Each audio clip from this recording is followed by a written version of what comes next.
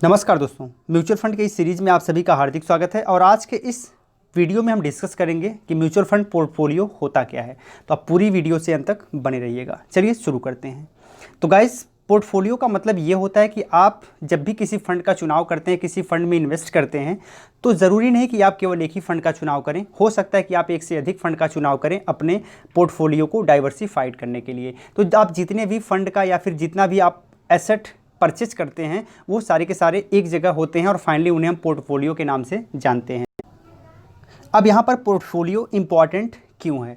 तो गाइस, पहली बात तो यह है कि आप अगर एक ही फंड का चुनाव करते हैं तो आपका पोर्टफोलियो फिर भी वही होगा, लेकिन इसमें क्या होगा कि आपका एक ही फंड होगा।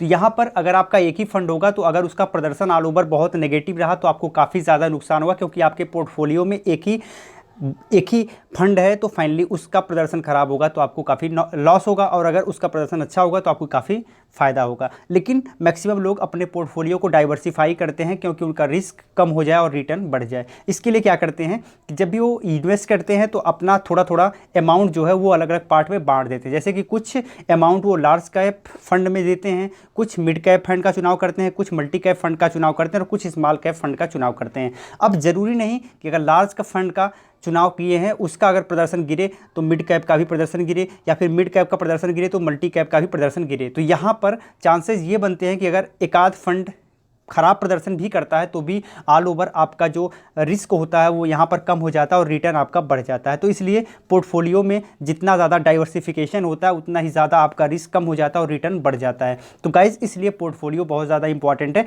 और पोर्टफोलियो में वो सारे के सारे जो भी आप इन्वेस्टमेंट करते हैं वहाँ पर एक जगह इकट्ठा होता है, और फाइनली आप उसे वहाँ से ट्रैक कर सकते हैं कि आपका जो इन्वेस्टमेंट है वो किस फंड में कितना है, लार्ज कैप में कितना है, मिड कैप में कितना, मल्टी कैप में कितना, स्मॉल कैप में कितना, अर्थात किस कंपनी में आपका कितना परसेंट अमाउंट इन्वेस्टेड है। या फिर हम ये भी कह सकते हैं कि आप वहाँ पर ट्रैक कर सकते हैं कि आपका फाइनेंस सेक्टर में कितना इन्वेस्टेड है, टेक्नोलॉजी में कितना इन्वेस्टेड है, एफएमसीजी में कितना इन्वेस्टेड है। ये सारी चीज़ें आप वहाँ से ट्रैक कर सकते हैं। तो उम्मीद करते हैं कि आज के इस वीडियो में पोर्टफोलियो का मतलब आप पूरी तरह से समझ गए होंगे। अगर वीडियो अच्छी लगी हो लाइक करिएगा, शेयर करिएगा।